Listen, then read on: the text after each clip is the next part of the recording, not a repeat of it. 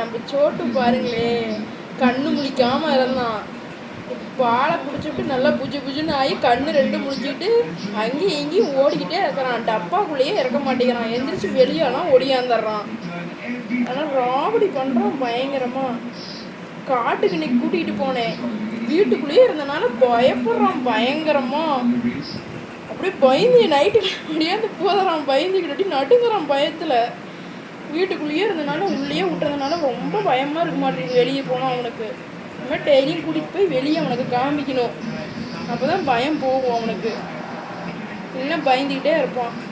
அப்புறம் இங்கேயான ராவடி பண்ணுறான்ல, இங்கே வந்து நைட்டில் ரொம்ப ராவடி பண்ணுறான்ல. ஆமாம், ராவடி பண்ணுறான்.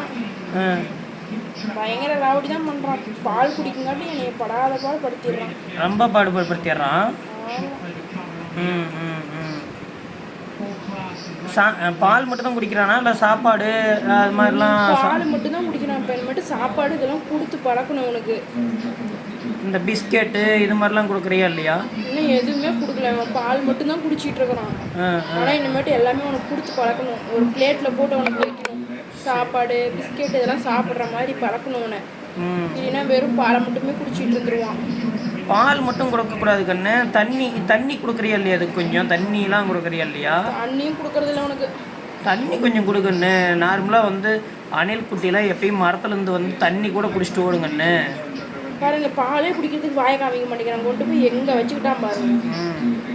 இப்படி பண்ணுறானா? சேட்டை இப்படி பண்ணுறான். மூஞ்சி கொண்டு போய் கீழே வச்சுக்கிட்டு இருந்தான். எப்படி பால் குடிப்பான் பாரு, இவ்வளோ சேட்டை பண்ணுறான். செம்ம சேட்டை செம்ம சேட்டை செம்ம சேட்டை செம்ம சேட்டை.